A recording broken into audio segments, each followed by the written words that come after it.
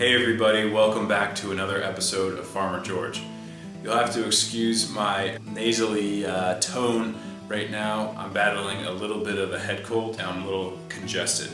But I wanted to get this video out because I know it's been such a long time since the last episode, since the last true episode. I shot a garden update last time, but I felt like that wasn't really a true Farmer George episode. So wanted to get this one out for you. We're going to talk about something that I know most of you all will appreciate, and that's getting rid of those pesky, terrible, awful little bugs called aphids. They'll ruin your garden. If you watched my last episode, I was hit pretty early on this year with an aphid infestation. 3 weeks ago I went on vacation and I was really nervous about coming back to nothing on my balcony because of my aphid infestation. I went out and I bought this product that really has turned things around in my garden.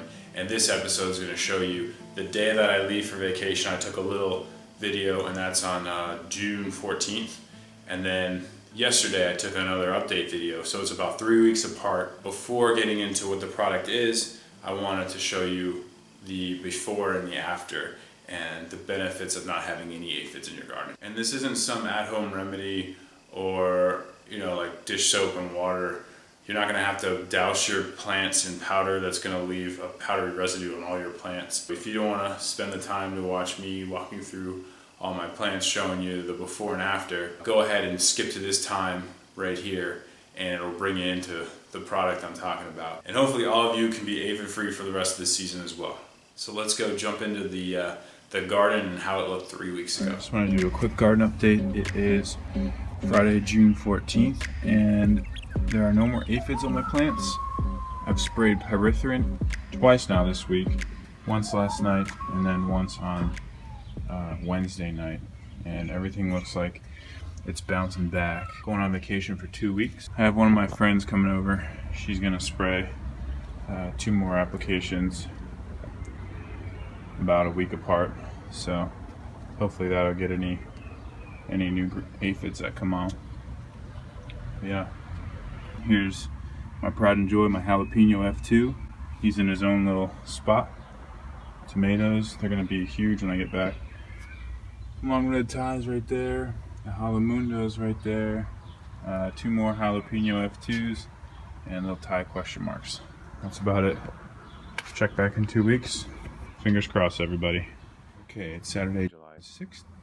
And excuse me, I got a little bit of a head cold, so if I sound a little nasally, that's exactly why. You can see the plants have bounced back immensely over these last 3 weeks. No sign of aphids. Some of these leaves are a little bit disfigured, but that's just the remnants of what the aphids can do. But if you see all this new growth, there's no more aphid infestation. Usually, in the last video, you would see them down here in the cracks, coming out on all that new growth. And the purple reaper here, the leaves are looking a lot better. If you go down to my tangerine dreams, they have like a corrugated leaf, so these leaves are normal for this type of plant. You can see all the pods that are coming out of those. And then got my pepper in the can. And then I got my unknown pepper plant, and I think I know what it is because if you look at this, it looks similar to habanero.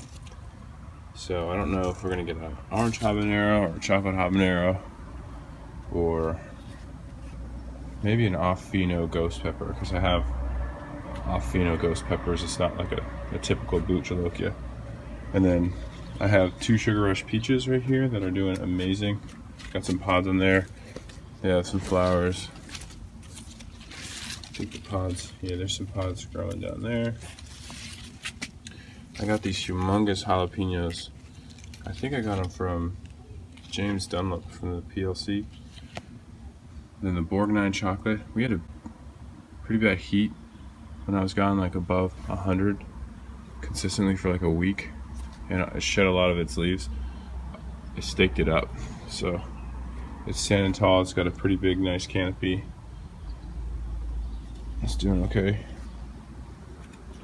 And then I think, what is this one? You can see it's a Scotch brain, this big tall one. And then I got 2 reapers 1 and 2, and the Scotch Brain back there. I think I have 1 pepper on the Scotch Brain. Let's see, these are my orange habaneros. I got a ton of pods podding up there. Got a Bahamian goat. This plant was kind of a mess and tangled, so no pods there either, but it's growing big. Next door, got my contest plant, my King Star Lemon Starburst contest plant. These pods are not like the phenotype that Kang grew out last year. This one's kind of more similar to it, but the plant is doing okay. It's not doing the best. It's because I was gone for 2 weeks, but my caretaker did an amazing job. She even sprayed it twice for pests. So, and back here I got 2 Chocobootla DMs that I had to stake up and kind of push against the wall just because they were growing out of control. I can't wait for pods. I think a big one that was hit by aphids, you can tell by these curled leaves. This is my chocolate habanero, but we still have pods. I got pods on my chocolate habanero there.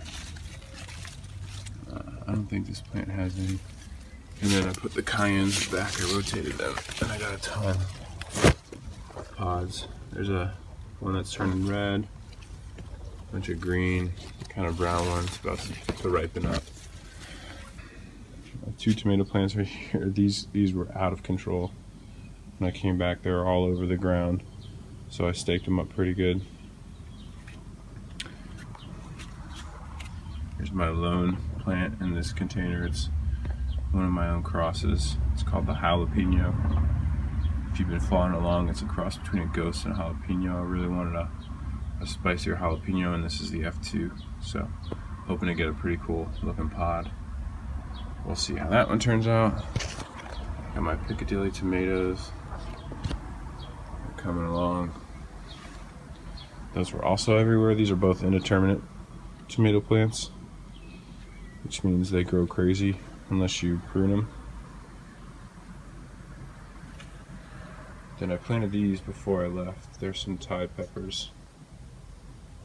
The prick key new I took from the Sugar Rush peach and unknown pepper plant bag because it was just engulfed by those 3 plants, and it wasn't growing very well, so we'll see how it does back there.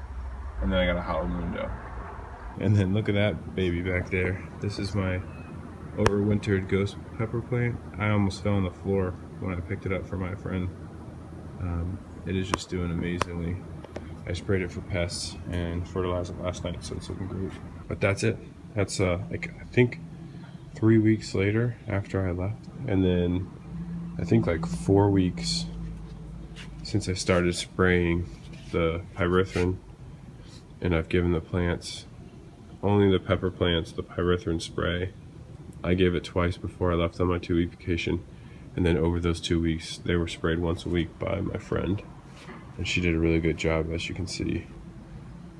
There you have it.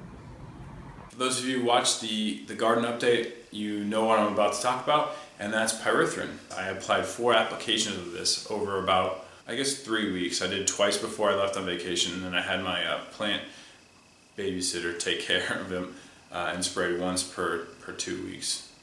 And this is just pyrethrin spray. There you go, there's the bottle. Any brand works. My particular brand is Bonide. What pyrethrin does is it attacks the central nervous system of insects. It paralyzes them and eventually causes death. It's a contact spray, so it doesn't stay on your plants long term. So it has to hit the insect in order for it to be effective. And since I had such a large infestation, I went ahead and I sprayed all the leaves of my plants and the undersides of my leaves just to wipe out all the aphids. However, it attacks the nervous system of all insects. If you only see a few aphids out there and you have a lot of ladybugs and other beneficial insects like bees, I would not spray all the leaves of your plants because you're going to kill those beneficial insects. What's recommended is not letting your aphid problem get out of control. If you start to see aphids, go ahead and be proactive and get this stuff and spray it on a spot basis and a spot treatment so you can kill just the aphids and none of the beneficial insects in your garden. So now my plants have exploded. They're doing great. I wish it was a little bit cooler so that they could set some fruit for me, but that'll happen once the heat wave breaks. That's pretty much it. If you haven't watched the previous episode to this one, go ahead and watch that. It'll show you all the aphids that were on my plant. On a fool's errand was just trying to manually squash the aphids and take off the affected leaves, but that got out of control fast because these things multiply like crazy. So stay ahead of the aphids and get some pyrethrin and you'll be happy. Thanks everybody for watching. If you liked the video, please help me out by clicking my little logo right here. That'll subscribe you instantly to my channel. Go ahead and give me a thumbs up. And as always, I'm Farmer George. Let's share and grow together. See you next time.